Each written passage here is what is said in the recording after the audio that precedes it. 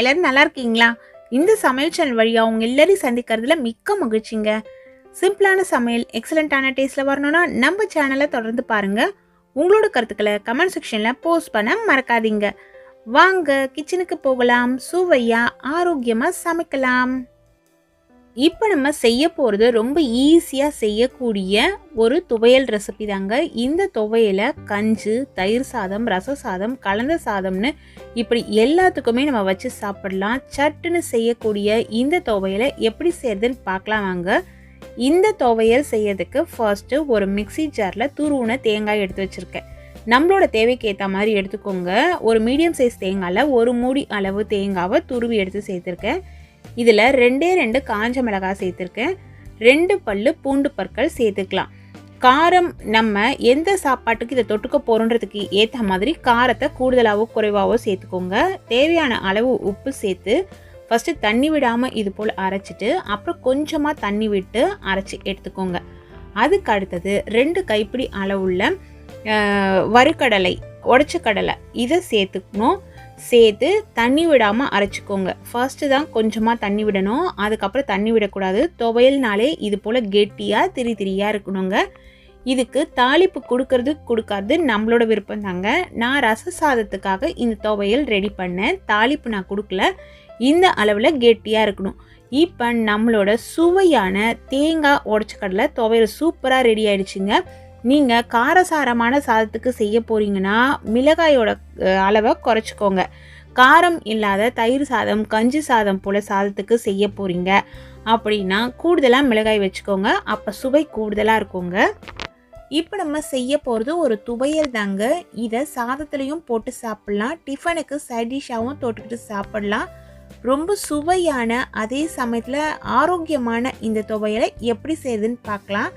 இதுக்கு அடிகனமான ஒரு கடாய் ஸ்டவ்வில் வச்சுட்டு ஸ்டவ்வை சுவிட்ச் ஆன் பண்ணிவிடுங்க. அதில் நான் இன்னைக்கு தேவையான அளவு தேங்காய் எண்ணெய் சேர்க்குறேன். நீங்கள் உங்களோட விருப்பப்படி எந்த எண்ணெய் வேணாலுமே யூஸ் பண்ணிக்கலாம்.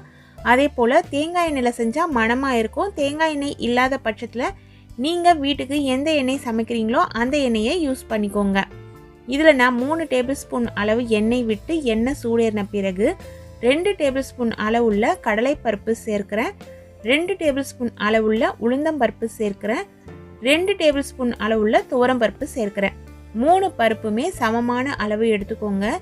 இன்னைக்கு நான் செய்கிற துவையலோட அளவு பார்த்தீங்கன்னா கிட்டத்தட்ட ஒரு 8 பேருக்கு தாராளமாகவே சாப்பிடலாம்.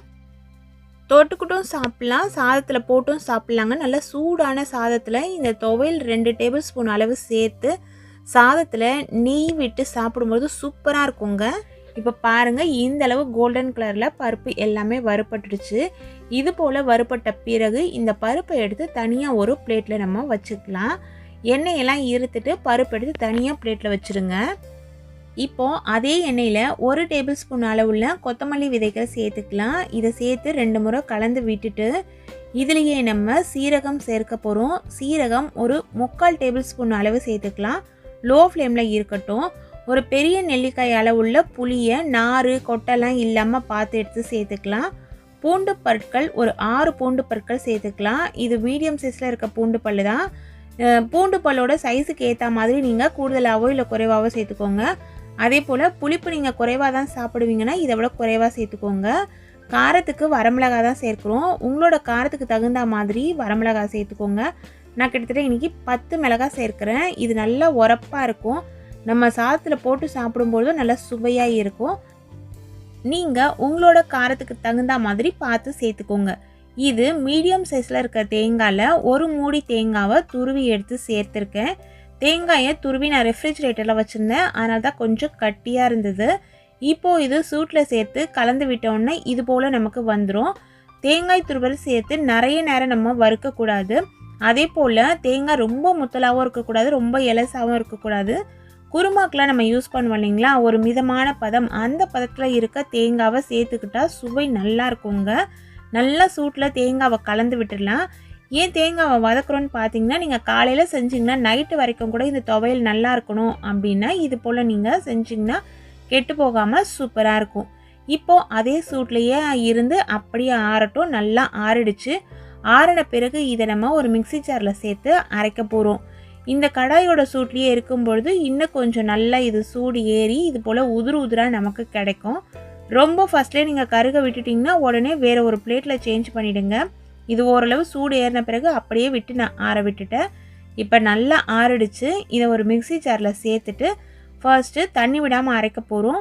இந்த ரெசிபிக்கு தேவையான அளவு உப்பு இதில் சேர்த்துட்டு இது போல் கொரகொரப்பாக ஃபஸ்ட்டு அரைச்சிக்கணும். அதுக்கப்புறம் கொஞ்சம் கொஞ்சமாக தண்ணி விட்டு நம்ம அரைச்சிக்கலாம். கெட்டியாக தான் அரைக்கணும். இதில் கொஞ்சமாக வெல்லம் சேர்த்துக்கோங்க. இது ஒரு 1/2 டேபிள் ஸ்பூன் அளவு இருக்கும். வெல்லம் சேர்த்து செய்யும்பொழுது நல்லா சுவையாக இருக்கும்.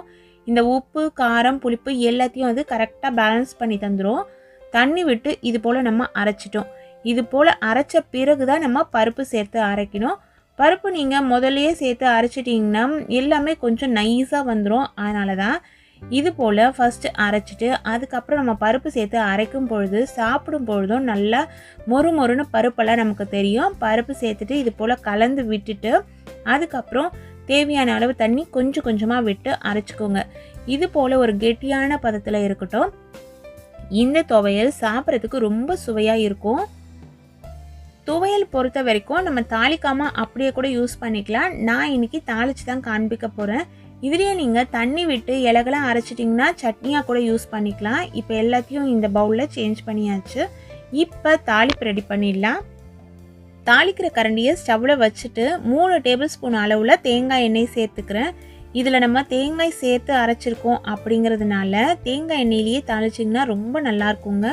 தேங்காய் எண்ணெய் நல்லா சூடேறின பிறகு 1/2 டேபிள் ஸ்பூன் அளவுள்ள கடுகு தாளிச்சிக்கலாம். கடுகு நல்லா பொரியட்டும். எப்பொழுதுமே தாளிப்பில் கடுகு ஃபஸ்ட்டு சேர்த்துட்டு கடுகு நல்லா பொரிஞ்ச பிறகு நம்ம அடுத்த பொருள் சேர்த்துக்கணும். கடுகு நல்லா பொரிஞ்சிடுச்சு. இப்போ 1/2 டேபிள் ஸ்பூன் அளவுள்ள உளுந்தம்பருப்பு சேர்த்துக்கலாம். இது உடச்ச உளுந்தம்பருப்பு தான். அதே போல் கருவேப்பிலை இலைகள் நல்லா ஒரு கொத்து உருவி அதை நல்லா அப்படியே கட் பண்ணிவிட்டு சேர்த்தாச்சு. அதுவும் பொரிஞ்சிடுச்சு. இதில் பெருங்காயத்தூள் ஒரு 1/4 டேபிள் ஸ்பூன் அளவு சேர்த்துக்கலாம். கண்டிப்பாக பெருங்காயத்தூள் சேர்த்துக்கோங்க. ஏன்னா பருப்பெல்லாம் சேர்த்து நம்ம செஞ்சுருக்கோம் இல்லைங்களா, அதனால். இப்போ ஸ்டவ்வை சுவிட்ச் ஆஃப் பண்ணிவிட்டு இந்த தாளிப்பை எடுத்து அப்படியே துவையலில் சேர்த்துடலாங்க. நல்லா கம்ம வாசனையில் சுவையான ஒரு தேங்காய் துவையல் ரெடி ஆயிடுச்சு. இந்த துவையல் கலந்த சாதத்துக்கும் தயிர் சாதத்துக்கும் ரசம், சாம்பார் சாதம் இப்படி எல்லா சாதத்துக்குமே சூப்பரான ஒரு காம்பினேஷனாக இருக்குங்க. இந்த துவையலை இதே அளவுகளில் பக்குவம் மாறாமல் செய்யுங்க. டேஸ்ட் வேறு லெவலில் இருக்குங்க. இது போல் நல்ல ரெசிபிஸ் தெரிஞ்சுக்கணுன்னா நம்ம சேனலை தொடர்ந்து பாருங்கள். சுவையாக சமைச்சு சாப்பிட்டுட்டு மகிழ்ச்சியாக வாழுங்க. சுவையாகவும் இருக்கணும், ஆரோக்கியமாகவும் இருக்கணும்னா நம்ம சேனலை பார்த்து சமைங்க. Thank you friends.